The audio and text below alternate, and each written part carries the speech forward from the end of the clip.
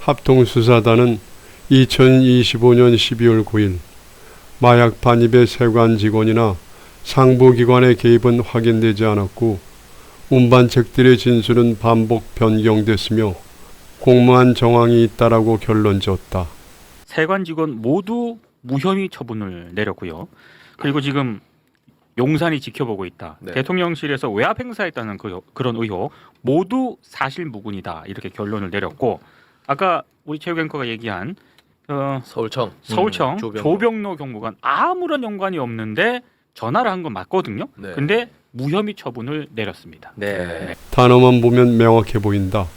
증거 부족, 무혐의. 그러나 그 발표가 나온 시점은 마치 백효령이 여러 기관을 대상으로 압수수색 영장을 신청한 직후였다. 타이밍이 너무 기묘했다. 마치 백효령의 수사 확대를 막기 위한 듯한 절묘한 선제적 무혐의 발표. 합동수사단은요 하나의 영상을 공개를 했거든요. 그 영상이 뭐냐? 2023년 9월 경찰이 인천공항에서 현장 조사를 하는 장면이 담긴 영상이야. 네. 그런데 그 영상에는 말레이시아 밀수범 한 명이 다른 한 명에게 이야기를 하는데 뭐라고 이야기를 하냐? 야, 거짓으로 연기해. 라고 이야기를 해. 아 말레이시아어로 말레이시아어로. 서로. 그 한 장면이 담긴 영상을 공개를 했거든요. 그거 잠깐 보고 오겠습니다.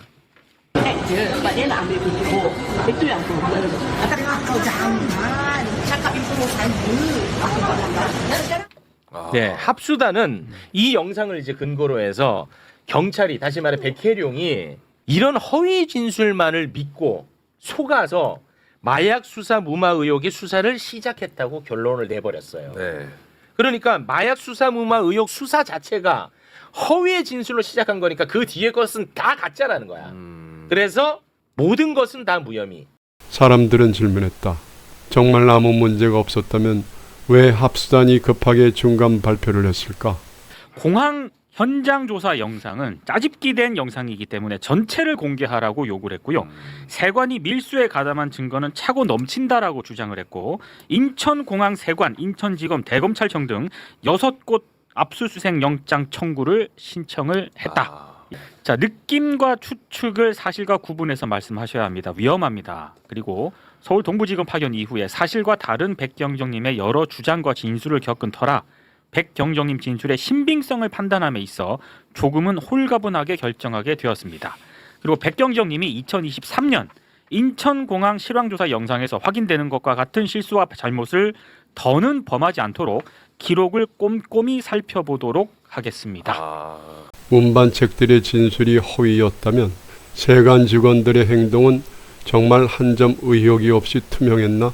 제가 이제 마약 수사를 했던 지인들한테 물어보니 그렇게 인천공항을 통과하면서 몸에다가 마약을 붙이고 들어오는 그런 경우는 없다고 합니다. 없을 것 같은데. 없고 그렇게 했다는 거는 내부에 누가 조력자가 있는 거 아니냐. 그럴 것 같은데. 그렇게 의심할 수밖에 없다는 것이고요. 그다음에 그것도 8번인가 그런 거 아닙니까? 네. 한 번도 아니고. 그래서 그런 부분을 이게 어떻게 설명을 아무튼 수사팀에서 지금 설명을 해야 된다 이 생각이고요. 네. 이 정도 규모의 마약이 들어왔는데 왜 단 한 명도 책임지지 않는가?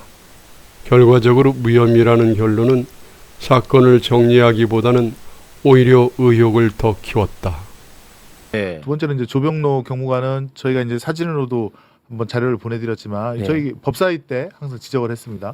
조병로 경무관이 왜 이런 그 관여를 했는지. 왜 관여했냐 조병로야. 네네.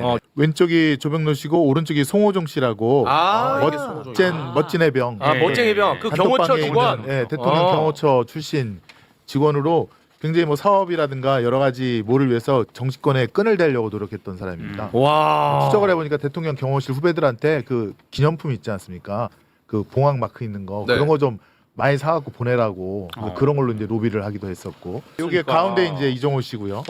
오른쪽이 이제 예. 송호종. 가운데가 이종호 블랙펄 예. 주가조에 관여했다는 사람이고. 그렇습니다. 왼쪽이 이제 김계환이. 예, 그렇습니다. 여기 보면 그 좀 청색, 남색 옷에 약간 살찐 뚱뚱한 사람이 누구죠? 조병노 씨가 남부 경찰서장 할 때 그 비서실장 비슷하게 했던 사람입니다. 네, 유현 왼쪽에 있는 사람이요? 그렇습니다. 모자이크 처리. 아 모자이크 조병노 처리. 사람이에요? 예, 조병노의 신복입니다. 와 그러면 또 김건희랑 연결되는 거야 또. 예, 그러면서 여기 또 송호정 씨 여기 또 있지 않습니까? 가운데 선글라스 끼고. 그 여기 있잖아 송호정이. 예. 근데 서울청 생활안전부장이 왜 인천 마약 수사하는데 왜 전화를 해갖고 뭐 어쩌고 저쩌고 뭐 서울청으로 뭐 옮겨라 이런 얘기를 왜 하느냐. 네. 그리고 김기현 변호사가 양심선언한 거 보면 이정호 씨가 누구죠? 조병노 씨 승진할 거라고. 맞습니다. 그러면서 막 얘기를 하지 않습니까? 예. 좀 있으면 조병노 승진할 거라고. 네. 그게 2023년도 8월 9월 달 그때 그 내용이거든요. 그럼 이게 굉장히 밀접하게 연결돼 있고 이런 마약 수사에 대한 외압을 행사한 이유가 제가 볼 땐 당연히 윤석열과 김건희의 그쪽 라인에서 나온 것이다. 네. 합리적으로 추론을 할 수밖에 없지 않습니까? 근데 이제 이번에 합수단이 이제 무혐의를 하면서 물론 네. 이런 거에 대한 설명은 해줘야 된다. 그렇지 설명을 해달라는 설명을 거야. 해줘야 돼요. 맞아요. 예, 그래야 저도 납득을 맞아요. 하지 않습니까? 우리 예. 법사위에서 계속 이거 캐고 이거 수사해야 된다라고 했는데 맞습니다. 이렇게 허무하게 무혐의를 해버리고 아무런 그렇지. 설명이 없으면 맞아요. 예 저희가 뭐 한 겁니까? 그냥. 맞아. 예. 사건이 커질수록 사람들은 본질적 질문을 던지기 시작했다. 마약은 있었다. 그런데 왜 책임지는 사람이 없는가? 수백억 원의 규모의 마약이 공항 보안 지역을 뚫었다면 최소한 시스템 실패는 존재한다. 누군가 문을 열어주지 않으면 그만한 규모의 마약은 들어올 수가 없다. 그런데 합수단 검찰은 그 사람은 없다고 결론 내렸다. 70kg이 넘는 이 필로폰이 어떻게 이제 내부 조력자 없이 국내로 반입이 됐느냐에 대한 의문 중에서 구체적인 정황을 말씀을 드리면 예를 들어서 백혜룡 경정의 주장은 예를 들어서 평소에 그 말레이시아인들이 나올 때도 사람들이 드나드는 그 게이트가 아니라 평소에 잘 쓰지 않는 게이트 하나를 열어서 네. 본인들이 들어왔다. 그리고 보통의 탐지견이라는 게 있잖아요. 탐지견도 물렸다는 거예요. 그리고 여러 가지 그때 당시에는 CCTV 기록도 본인이 지금 확인을 할 수가 없다는 없어. 거. 그러니까 이런 구체적인 정황에 대해서도 그러면 이문정 검사가 저는 이건 이렇고 저건 저렇다라고 설명이 있어야 되고. 그러면 클리어해져. 그렇죠. 그러면 그러니까 서로 간에 객관적인 증거를 가지고 공방을 하면 되는 거예요. 그렇습니다. 그런데 이제 지금 이 두 명의 어떤 말레이시아인들이 통역 없이 본인들끼리 얘기했다는 거에 속았다라는 것에 대해서는 하나의 단면일 뿐이지 이게 전체가 될 수는 없거든요. 그렇지. 그리고 이제 또 외압과 관련해 가지고도 조병노라는 사람이 이런 거 자기가 옛날에 공항 이전에 공항단에서 일을 했다. 같은 공무원끼리 지금 당신이 시끄럽게 하면 이거는 당시 야당 민주당 좋은 일만 시키는 거 아니냐. 그리고 내가 경무관 곧 진급하는데 진급하면 내가 당신 위해서 진급 뛸게 이런 말을 했던 거거든요. 네. 근데 결론은 이런 것들이 잘못됐다고 판단에 대해서 경찰청 감찰단에서 인사혁신처에다 징계 요청도 했는데 되지 않았어요. 그러니까 이런 부분도 있어서 그럼 조병노는 어떻게 할 것인가에 네. 대해서도 얘기를 해야 되는 것이죠. 그렇지. 근데 현실적으로 백혜룡 경정이 사실 경정 그 신분에서 이 공항이라는 것은 제가 말씀드려 3개 부처 2개 청이 들어가 있어요. 뭐 국정원, 법무부, 뭐 국토부 이런데 이게 백혜룡 경정팀이 가서 모든 것을 헤집어서 수사하기는 어려운 한계점이 좀 있는 거거든요. 네. 그렇기 때문에 이 현실과 관련해 가지고 저는 아직도 끝나지 않은 진실 게임이 남아 있다고 봐요. 이 기묘한 결론은 2가지 가능성만을 남긴다. 진짜로 아무도 개입하지 않았다. 그러나 이는 비상식적이다. 한국의 공항 시스템을 아는 사람이라면 더더욱 누군가 개입했지만 그를 찾고 싶지 않다. 이 경우라면 사건은 무언가를 덮기 위한 방향으로 움직였다는 해석을 피하기 어렵다. 이 사건은 마약 사건이 아니라 한국 수사 시스템의 구조를 드러내는 거울이다. 저는 처음에 이 의혹이 제기됐을 때 약간 그런 걱정을 했습니다. 뭐냐면 이 마약이 이렇게 밀반일 때 세관 직원들이 개입했다고 하면 굉장히 이게 집단적으로 개입했어야 말이 되는 상황이거든요. 그럴 것 같은데. 그러면 지금 굉장히 위험한 일이잖아요. 마약 그렇죠. 공관책과 세관 중에 있잖아요. 한 명 정도는 가능한데 한 명이 이렇게 자기가 개인적인 어떤 뭐 치부를 위해서 이건 가능한데 거기에 공항에 있는 세관 직원들이 전체가 다 연루가 될 수 있을까 저는 그런 생각을 하면서 이 사건을 좀 들여다봤어요. 그러면 그게 가능할 것인가? 그러면 여러 명 있으면 분명히 이거는 비밀은 금방 셀 텐데 현실적으로 어떻지? 저건 좀 확인해 봐야 되겠다 이런 생각을 저는 했었어요. 그런데 만약에 백혜룡 경정이 저는 이제 모르는 가운데 추측을 말씀드리는 게 백혜룡 경정이 이들 마약 운반책들이 했던 그 당시의 말을 가지고 이걸 확신을 해서 수사를 했다면 그건 조금 더 짚어봤어야 됐을 문제 같다. 왜냐하면 저희들이 수사하면서 가장 거짓말 잘하는 부류를 두 부류를 칩니다. 절도범, 마약범 이렇게 얘기합니다. 그러니까 거의 저희들이 마약 사범 수사할 때 이건 다 거짓말이라고 생각하고 수사를 합니다. 얘들이 하는 말은 다 거짓말이다.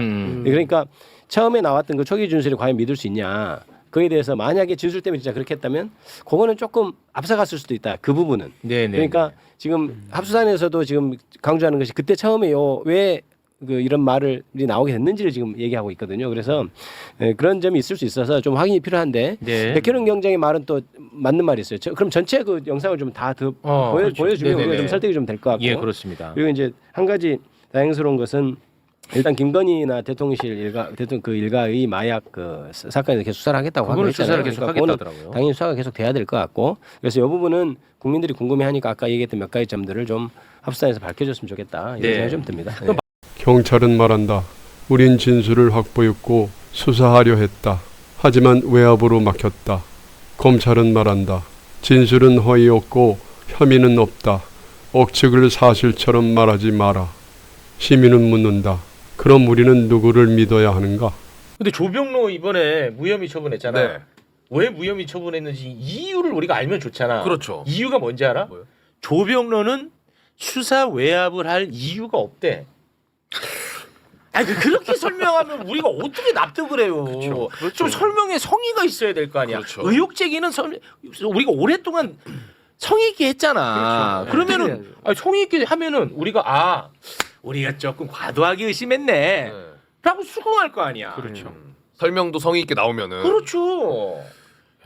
그 조병로 씨에 대해서 이 사실을 알고 당시 윤희근 경찰청장이 굉장히 화가 났다는 거 아닙니까? 맞아요. 어떻게 이럴 수가 네. 있느냐. 그렇죠. 그러면서 굉장히 세게 징계를 할 것처럼 해서 보냈단 말이에요. 네, 안 했잖아. 무마됐잖아요. 그게. 그러니까. 그럼 무마는 또 어떻게 됐을 거냐. 그러니까 이게 의심스러운 게 한두 개가 아닙니다. 그것도 이제 윤석열 정권 때 일어난 일 아닙니까? 그렇습니다. 이 사건의 본질은 결국 이 한 문장으로 요약된다.